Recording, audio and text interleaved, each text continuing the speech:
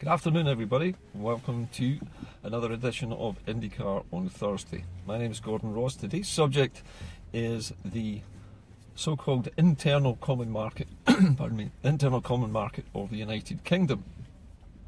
Now, this morning, the Prime Minister was visiting a textile factory in Ayr to give an address to the Scots on her whistle-stop tour around the four home nations.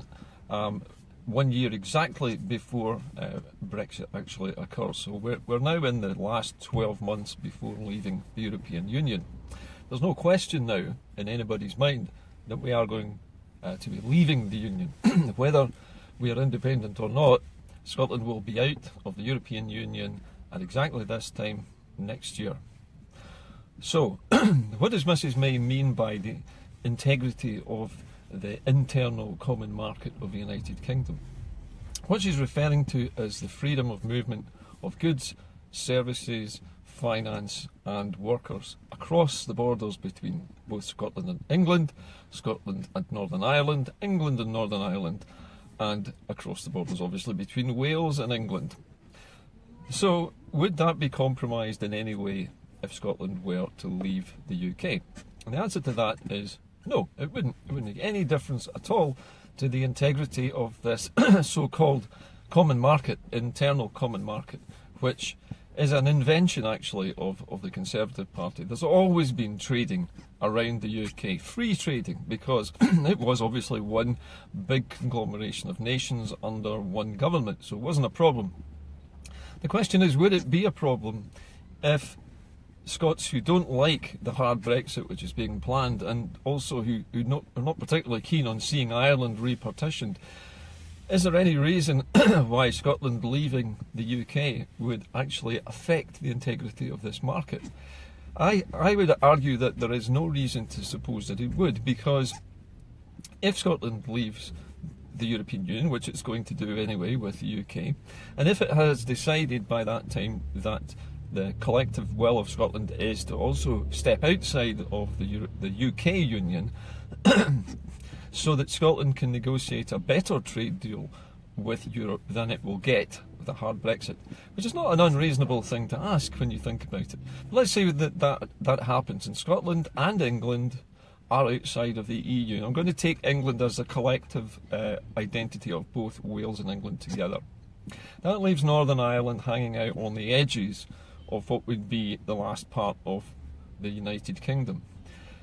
The DUP in Northern Ireland have made it very obvious that they don't want any kind of reunification with the South, and given that that's something that's not going to change, there is perhaps a solution to this which lies in the hands of Scotland itself.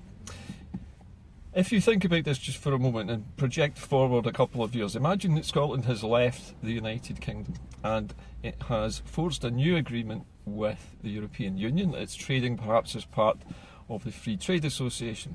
So it's outside of the European borders, pardon me, and it's not subject to the same control over its sovereignty.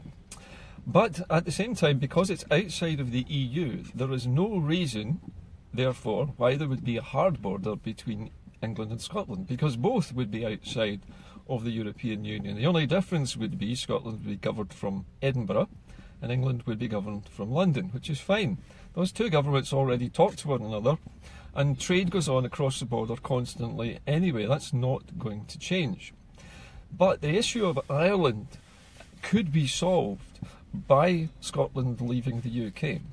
If Scotland leaves the UK and has an open border with England, then Scotland would also have an open border with Northern Ireland, because Northern Ireland, as you know, is also leaving the EU. That means that trade between Southern Ireland, the Republic, and Scotland can be subject to part of that free trade agreement that we've already discussed. Scotland's got a free trade agreement with the European Union. Nearest European centre would be Ireland for Scotland. So if people in Northern Ireland, say, wanted to import or export goods across the border, all they would need to do is use a Scottish company registered in Scotland as an intermediary to both negotiate and arrange the shipment of goods and to clear customs in Scotland. That way, even though the goods may never cross the Irish Sea and go through Scotland, a pseudo border could exist with Scotland being the clearinghouse.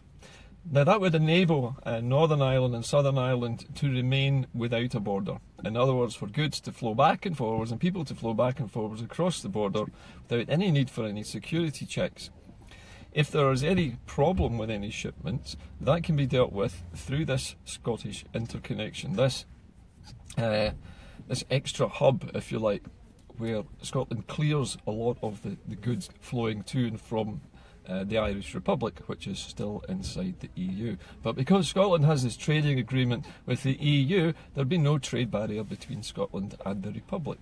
So you see what I'm saying here? Scotland would become an intermediary both for Northern Ireland to trade with the EU, but also for England to trade with the EU. Scotland would stand between Great Britain and the European Union, and it would stand as a facilitator. It could become a way of exporting goods from England through Scotland and into Europe by redesignating them as a Scottish export. So a Scottish importer could buy goods from the United Kingdom across the free border and repackage them, rebrand them, or whatever they wish to do, and then sell them on directly into Europe without having to worry about tariffs.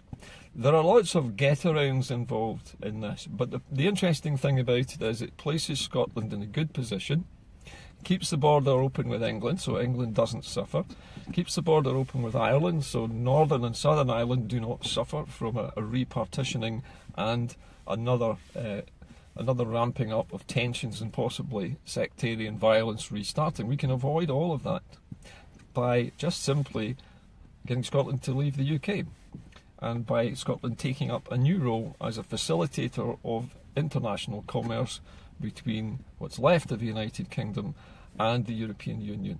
There's no reason why any of this wouldn't work. If you take the example, for example, it's a good one, is Switzerland. Switzerland is a neutral country, not in the European Union, despite being surrounded on all sides by European Union countries. And yet countries from outside the EU will often go through Switzerland, setting up companies in Switzerland so that they can trade into Europe.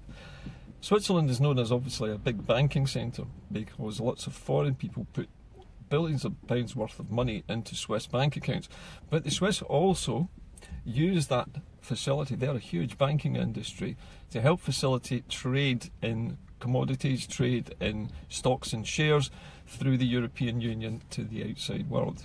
So having this neutral stance, not either in the EU nor fully out of it, but on the edges of it with a free trade agreement, puts the smaller country in a good position, and that would be Scotland being put in a good position.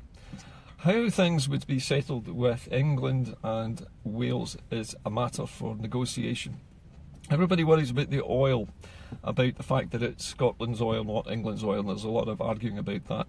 The point is that the oil fields, 90% of them, are predominantly inside the Scottish territorial area of the North Sea. And about the same proportion of gas fields are in the English sector of the North Sea. I'm not proposing that we give any part of the North Sea to England in a deal. All I'm suggesting is that we do a trade in commodities. We arrange a negotiated settlement where we will trade some of our oil with England for some of their gas, or England can buy some of our oil at a very good price, maybe below market price, in exchange for us getting cheap gas.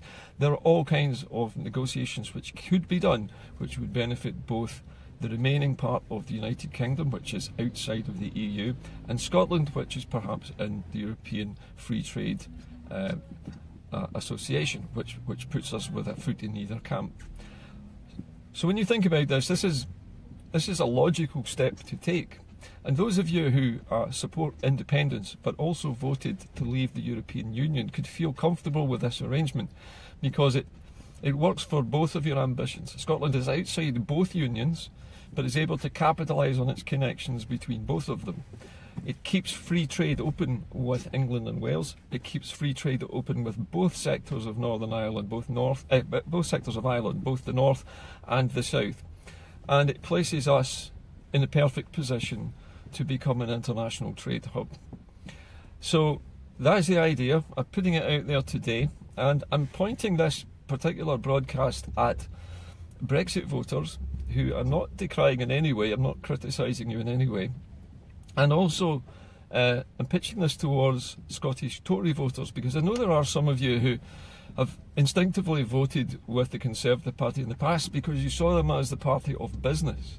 And in many ways they used to be like that up until about the 1970s, when Thatcher came in and suddenly it was very little about Scottish business and it was all about London all of a sudden. But the point is that if you do vote Conservative, this kind of deal would benefit your business. It would benefit Scottish trade and industry, and it would benefit cross-border trade and industry with England and Ireland.